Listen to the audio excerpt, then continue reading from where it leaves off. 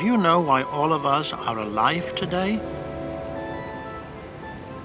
It is thanks to a faithful man who walked with God a long time ago.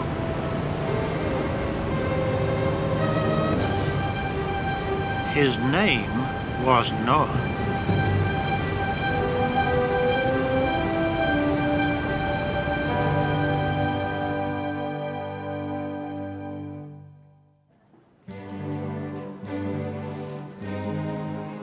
The Bible, in Genesis chapter 6, tells us that many years ago, about 600 years after the first man, Adam, died, some angels looked down from heaven upon the earth and noticed the women.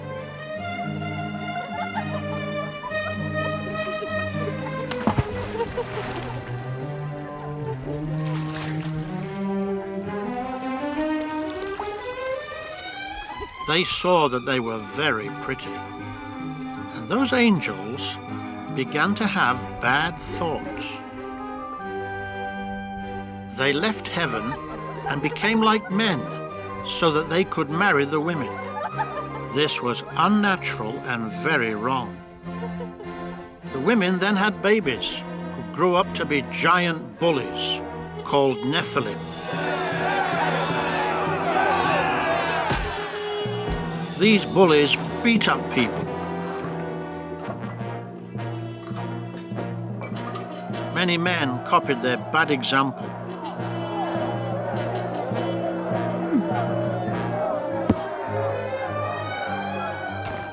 Doubtless, even children became bullies.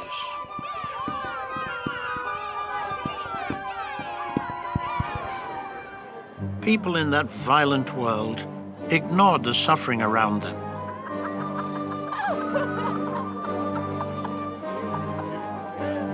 They were enjoying life, marrying, eating and drinking.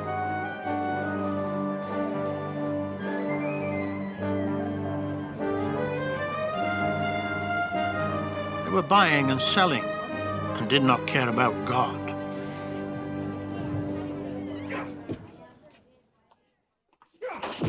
Violence was everywhere.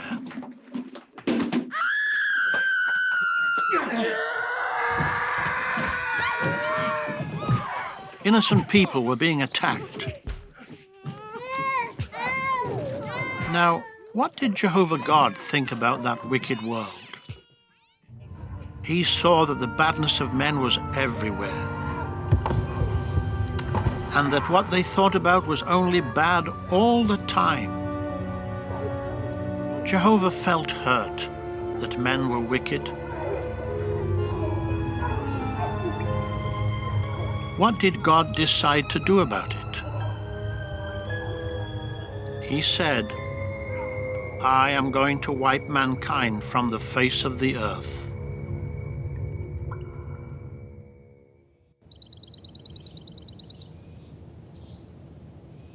Did this mean that nobody would be left on the earth?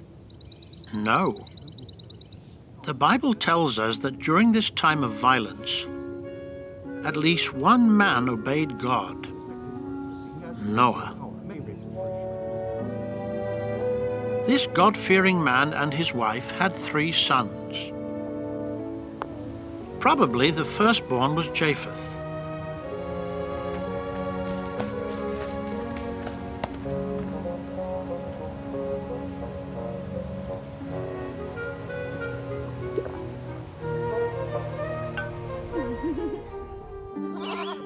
The next son was Shem.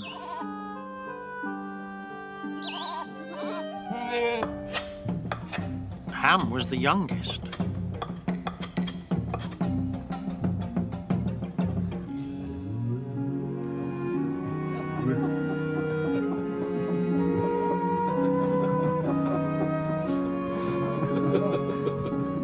These obedient sons and their faithful wives would be a great help to Noah in a special task that God would soon give him to do.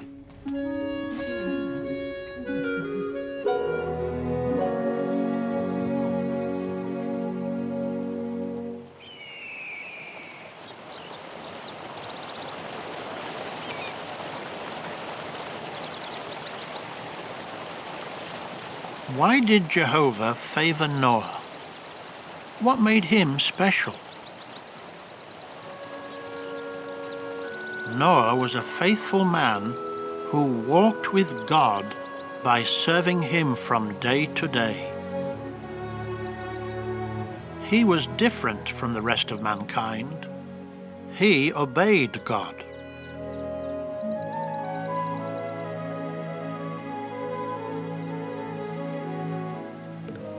How would Jehovah destroy that wicked world? He said, "I am going to cause a huge flood to cleanse the earth. The water will be so deep that everything will drown."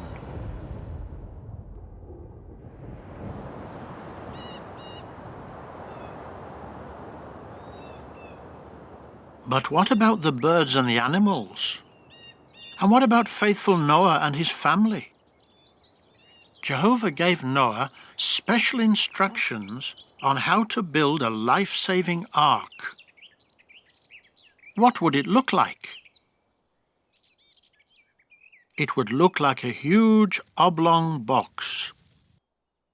It would be long and narrow, with a flat bottom and square ends.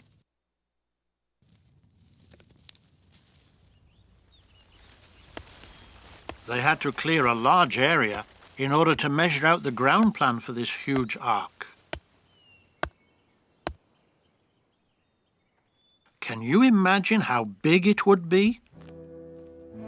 It would be over 400 feet long, much longer than a football field, about 70 feet wide, and as high as a 4-story house.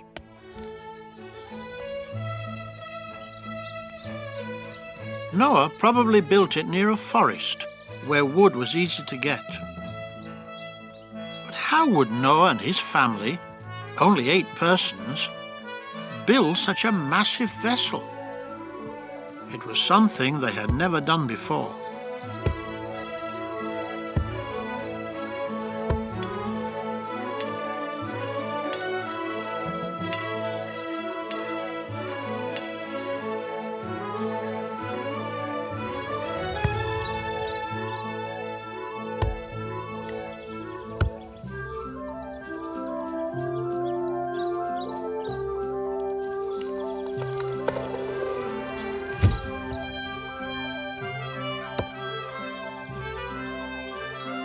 With God's help, they were able to build the ark. Besides doing this work, they had another important task to do. They had to warn their neighbors about the coming flood. Can you imagine how those people might have reacted to their preaching?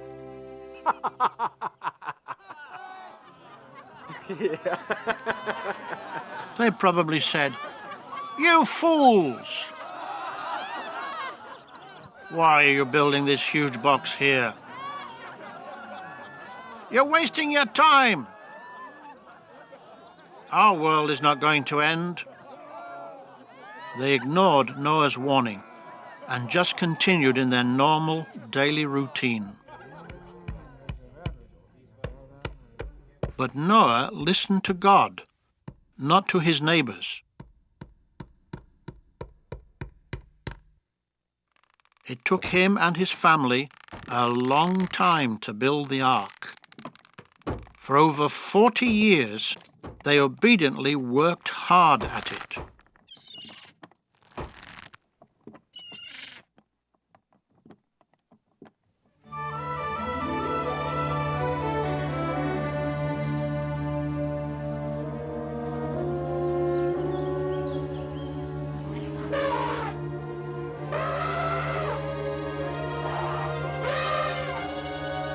At long last, the ark was completed. They had made it waterproof. For light and fresh air, they had put a window opening all around. They also made a large door in its side. In preparation for their long stay in the ark, Noah and his family had to prepare fruits, grains, and other foods. They had to store water to sustain themselves and many kinds of animals and birds. But they were not yet finished. They now had to face another challenge, an urgent job.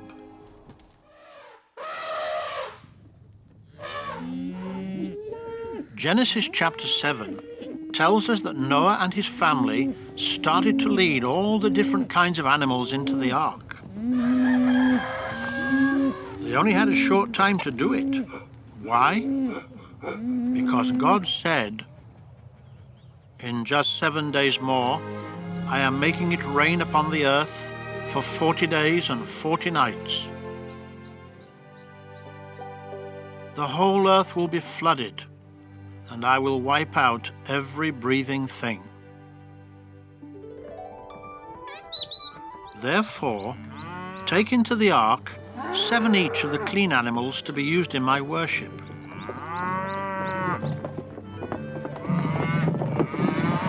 Of the other kinds, take 2 each.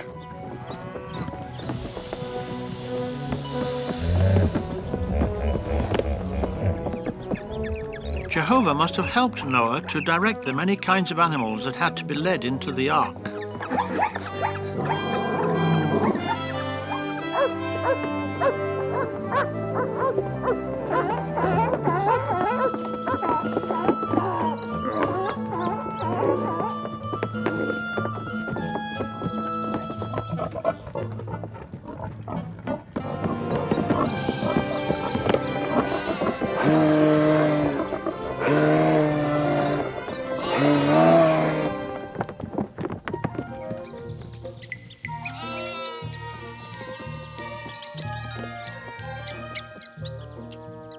None were left out, not even the little ones,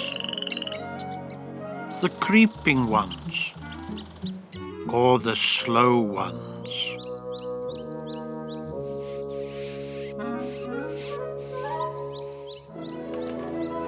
Did Noah waste any time? Did he think, well, this can all wait until tomorrow? No. He did according to all that Jehovah had commanded him. It wasn't easy, but once again, he and his family showed that they were God-fearing and obedient. They did just so.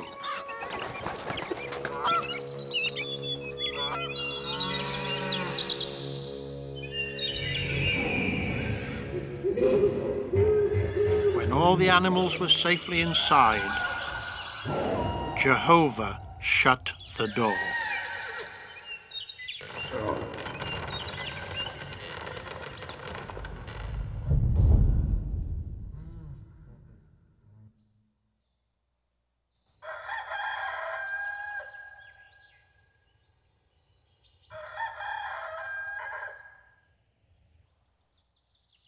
Now Noah and his family had to wait. Would the flood come? Or would they look foolish, all locked up inside the ark?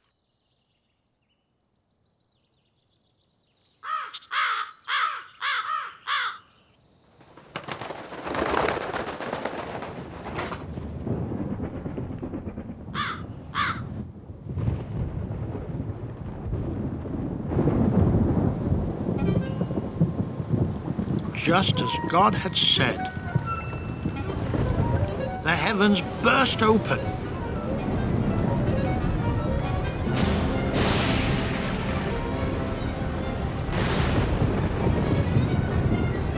It rained and it rained without stopping. It was a deluge.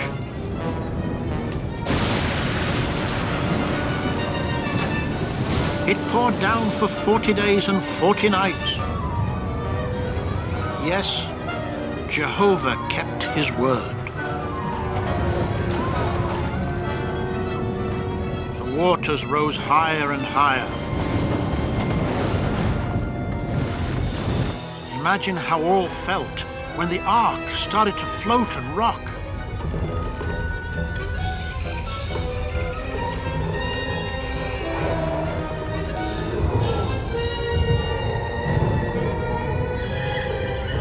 The animals were scared. They had no idea what was happening.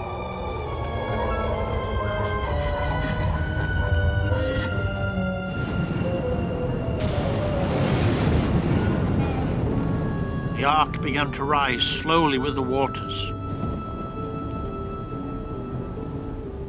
Eventually, even the highest mountains were covered. The earth was flooded for 150 days. What happened to all the wicked, violent people who had scoffed at Noah's warning? They drowned.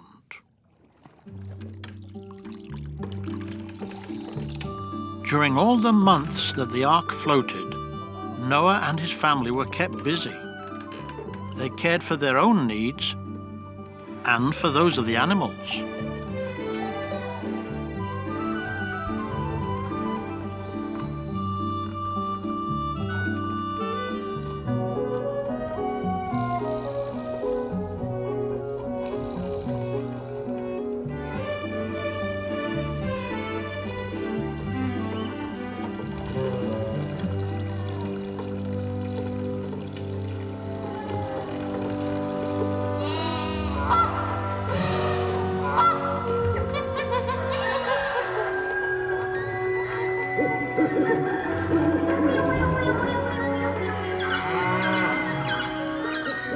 Only the animals in the ark and Noah and his family were saved.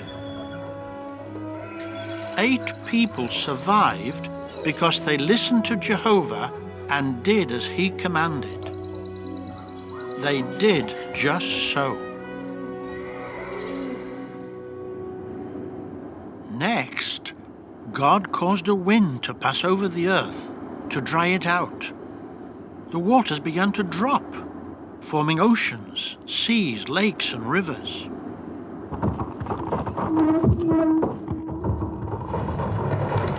Imagine how Noah and his family must have felt when the ark suddenly settled on the mountains of Ararat.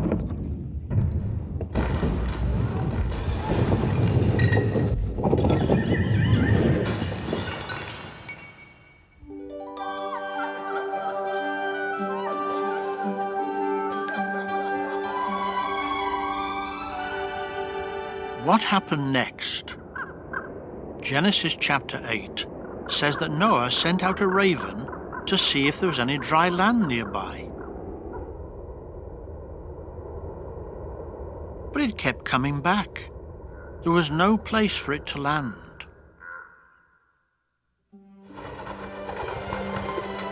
Later, Noah released a dove.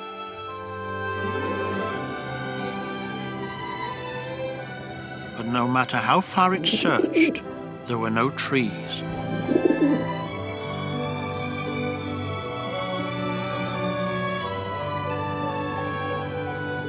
Like the raven, it also came back. 7 days later, Noah sent the dove out again. It came back with a freshly plucked olive leaf in its beak. Noah now knew that some trees were visible again. Eventually, the earth dried off. Noah now waited for Jehovah's next command.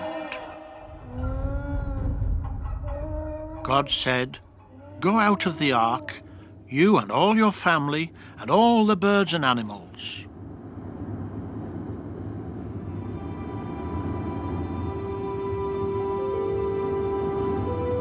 How would you have felt after surviving the flood? You would have been very thankful to God.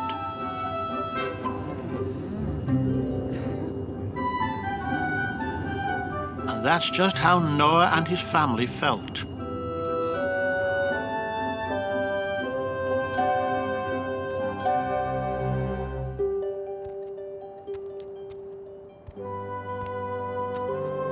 They were so grateful that they built an altar to Jehovah.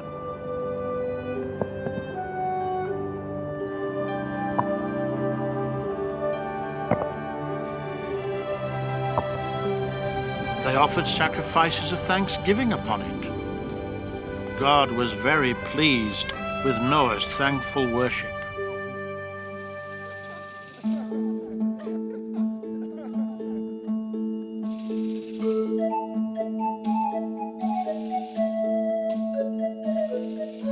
and his family were overjoyed because Jehovah had saved them.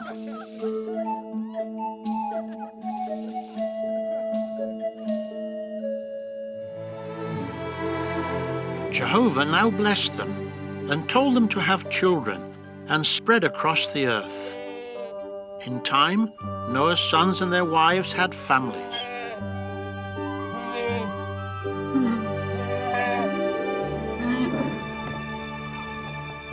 The animals also had their little ones.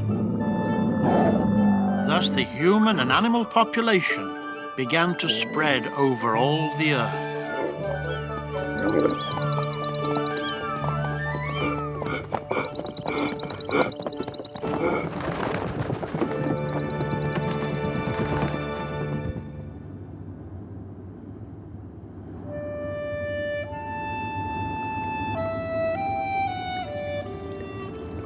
Jehovah made a solemn promise to Noah and to the rest of mankind. Never again will I send a flood to ruin the whole earth. He gave them something beautiful in the sky to help them remember his promise. My rainbow I do give in the cloud, and it must serve as a sign of the agreement between me and the earth. You too can be like Noah. How? By learning from his good example. He had a strong spiritual family. Together, they had built the ark and had cared for the animals. They had also preached to an unbelieving world. Yes, Noah was a preacher of righteousness. Noah walked with God. And now, so must we. How? We must preach the good news that God has promised to cleanse our world of the wicked. He will restore paradise on earth for all the good people who serve him and follow his Son, Jesus. Then Noah and his family will come back to life on earth. Will you and your family be there? Will you be in paradise to talk to them? If you walk with God, you surely will.